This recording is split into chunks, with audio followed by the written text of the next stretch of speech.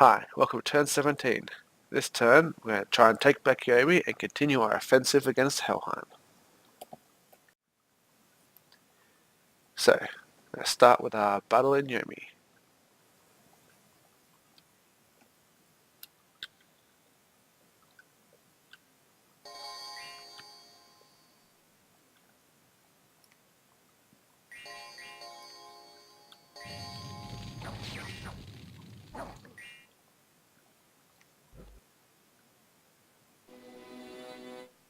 So there's some smart demon happening. So let's have a quick look at that. Yeah, so magic resistance versus penetration. Very unlikely they'll manage to get a successful smart demon spell off.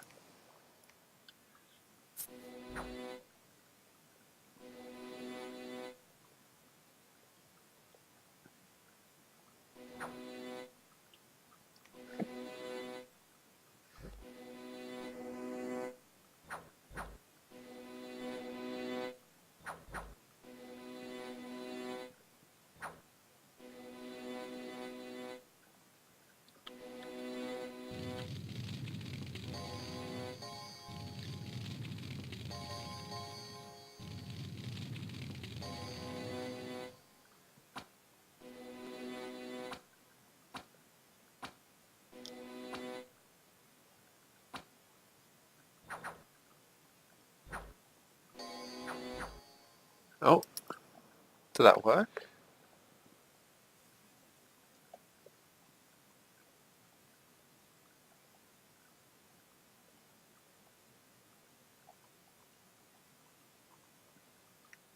Oh well. Oh, quick look, you can pause it if you want to see it.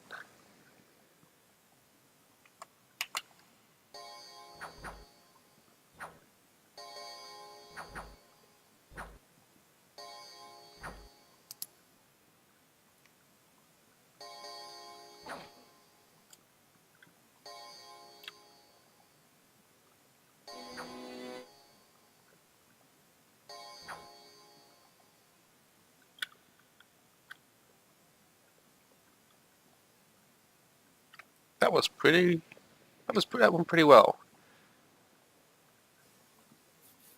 Spent a lot of time trying to smite demon. Killed two escaped. Battle in the bowl of dust.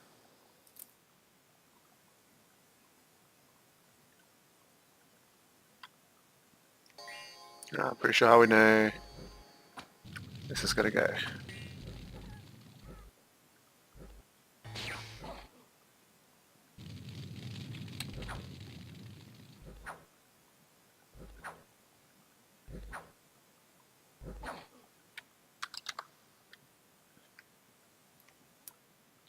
The last battle.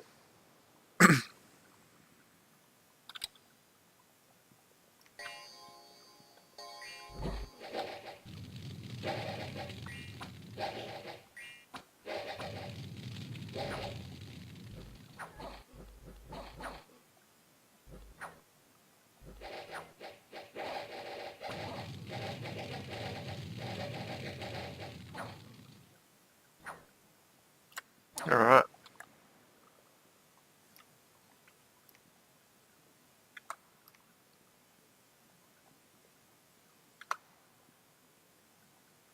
Unexpected event. Dominion -2, unrest +9. A large group of people have started worship a false pretender. The leaders of this group were swiftly killed, but their faith has decreased and unrest is rising. Well, at least they're dealt with.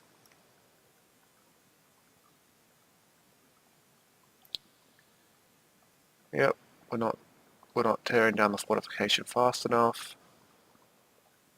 Got some bandits. That ones have been bought to fight for our cause. Oh, that's right. So I hired 2 more mercenaries just to finish taking the water. And we have a new hero. Extraordinary agility. Alright.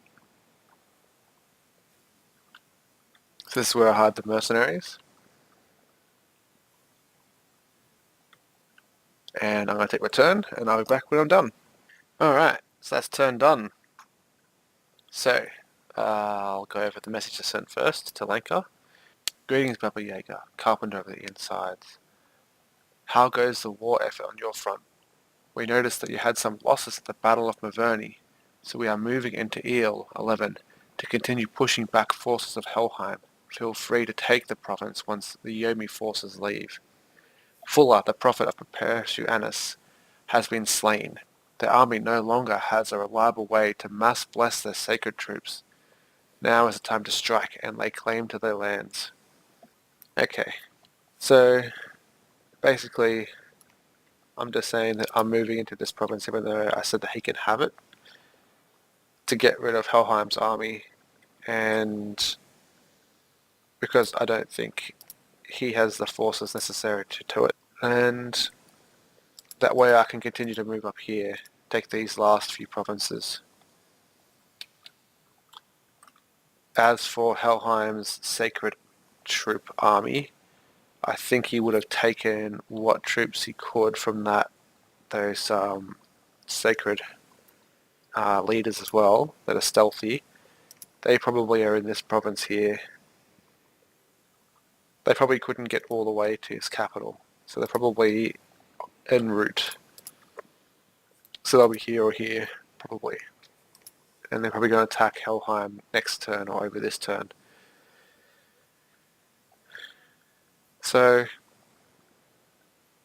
I don't imagine this army's going to even be a problem at all for third Shadow. Fifth Shadow is going to come back and continue to siege Maverny because Agartha popped up here. I really wanted this province because I wanted access to this throne, but you know, stuff happens. Being 2 away from this province isn't that bad. I'm moving a scout down to this throne province, going to start building a fort there. One hand is going to start building a palisade, and I move a priest that has 1 magic level up here, so he's going to build a lab and temple. Sixth Shadow is just going to patrol because I don't want to lose my capital again. Fourth Shadow is going to take we'll take back our province that Helheim took. First Shadow is going to take Land of Plenty because if I don't, Genshi will take it, and I'd rather have it than name. Second Shadow is going to continue sieging. We're still researching. That's about it. Oh, that's right.